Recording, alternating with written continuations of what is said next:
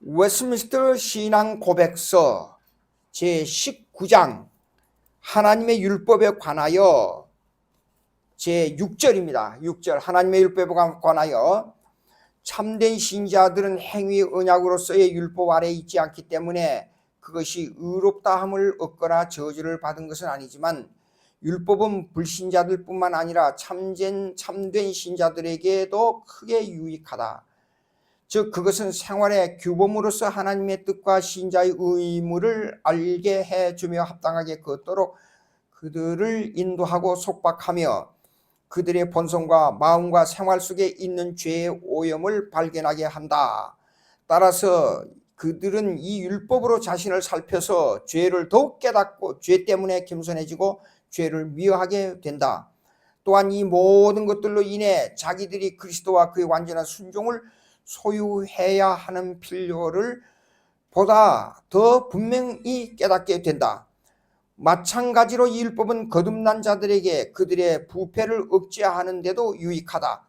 즉 율법은 죄를 금하게 하고 율법의 위험들은 비록 그들이 율법에서 경고한 저주로부터 해방됐을지라도 그들의 죄가 당연히 받을 바가 무엇이며 죄 때문에 이 세상에서 어떤 환난들을 예상할 수 있는지를 보여준다.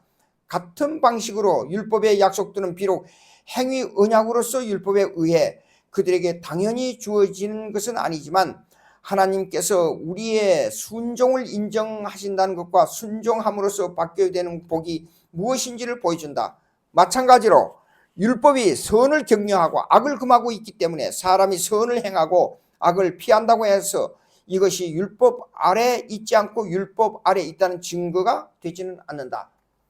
자, 요거에 대해서 처음에 얼마 동안만 제가 설명을 하겠습니다. 첫째, 언약론의 행위 언약이지요. 행위 언약은 이것을 보고 행위 언약이라 그럽니다.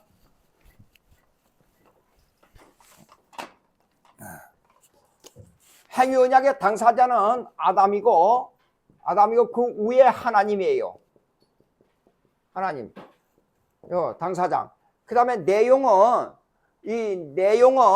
뭐냐면 지키면 살고 어기면 죽는다예요.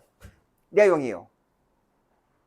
그런데 행위 언약에서 인간이 실패했어요. 그러면 행위 언약을 세부적으로 우리에게 가르쳐준 것이 뭐냐면 율법이에요. 율법. 구약에 나타난 율법. 네, 율법. 요걸 구체화해 준 거예요. 율법은. 그러면 율법에 유익이 있어요. 율법에 유익. 율법으로 구원은 얻지를 못해요. 근데 율법을 사용하는 유익이요. 그래서 the use of the law. 율법을 사용하는 유익. 예. 율법을 사용하는 유익. 그것이 뭐냐면 여기에 나온 대로 1. 죄를 깨닫게 해요. 죄를 깨닫게 해요. 두 번째, 하나님에게 더 순종하게 만들어요. 이 순종, 우리에게 순종하게 만들어요. 예? 그 다음에 이걸로 말미암아 성도 생활의 기준이 돼요. 생활의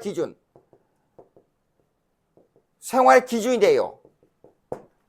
그렇기 때문에 이 율법은 종국적으로는 은혜를 더하게 줘요. 은혜를 더하게 주는데, 그러면 이제는 예수 믿는 사람은 어디 안으로 들어오냐 그러면 은혜 언약 안에 들어왔어요. 자, 여기에 행위 언약, 여기에 행위 언약에 지키면 살고 어기면 죽는다 해서 이거 인간이 실패했어요. 그러면 예수 믿는 사람은 율법으로 구원은 안 돼요. 율법으로. 그러면 율법이 필요 없다 그래서 율법의 무용론을 주장하는 것은 문제가 있어요. 예? 그런데 예수를 믿고 구원 얻은 은혜 언약으로 들어온 사람들은 율법이 필요 없기 때문에 율법을 안 지키고 신앙생활을 엉망하고 죄를 마음대로 범해도 되느냐? 그게 아니에요. 오히려 더 율법은 죄를 깨닫게 하고 하나님에게 순종하게 하도록 만들어요. 율법이 정해준 대로 지켜야 되니까. 그 다음에 우리 생활의 기준이 돼요. 그런데 은혜를 더하게 해요. 왜? 죄를 범한 인간은 율법을 지키려다가 결국은 자기가 못 지킨다는 것만 고백을 하죠. 내가 율법을 잘 지켰습니다. 그런 사람은 없어요. 그렇기 때문에 율법을 못 지킴으로 말미암아 은혜 언약 안에 있는 사람은 뭐냐 그러면 나는 율법을 못 지키기 때문에 어쩔 수 없이 은혜로만 구원을 얻구나. 이걸 더 깊이 깨달아요. 율법을 접할 때예요. 그러면 이 율법의 그 행위 언약에서 타락한 인간이 은혜 언약으로 들어왔다는 이게 뭐냐? 그러면 은혜 언약의 당사자는 누구냐면 저기 하나님이죠. 은혜 언약의 당사자는 하나님이고 그의 백성이에요. 그의 백성. 백성이 누구냐 그러면 신자, 예수 믿는 사람이에요. 예. 예수 믿는 사람이에요. 그러면 은혜 언약의 내용은 저기 내기면 지키면 살고 어기면 죽는다지요. 그 내용은 하나님은 우리의 아버지요. 우리는 그의 자녀. 요거에 여러 가지가 있어요. 뜻이 자녀, 가족이 있어요. 가족. 그 다음에 백성이란 뜻도 있어요. 백성. 이렇게 돼 있단 말이에요. 그러면 이 사람들은 예수 믿었으니까 율법이 필요 없다가 아니라 예수를 믿기 때문에 율법을 더 지키려고 그래요. 예. 순종하려고 그래요. 그래서 율법은 우리를 순종으로 자꾸만 이끌어가요. 여기에 나온 대로 지금요.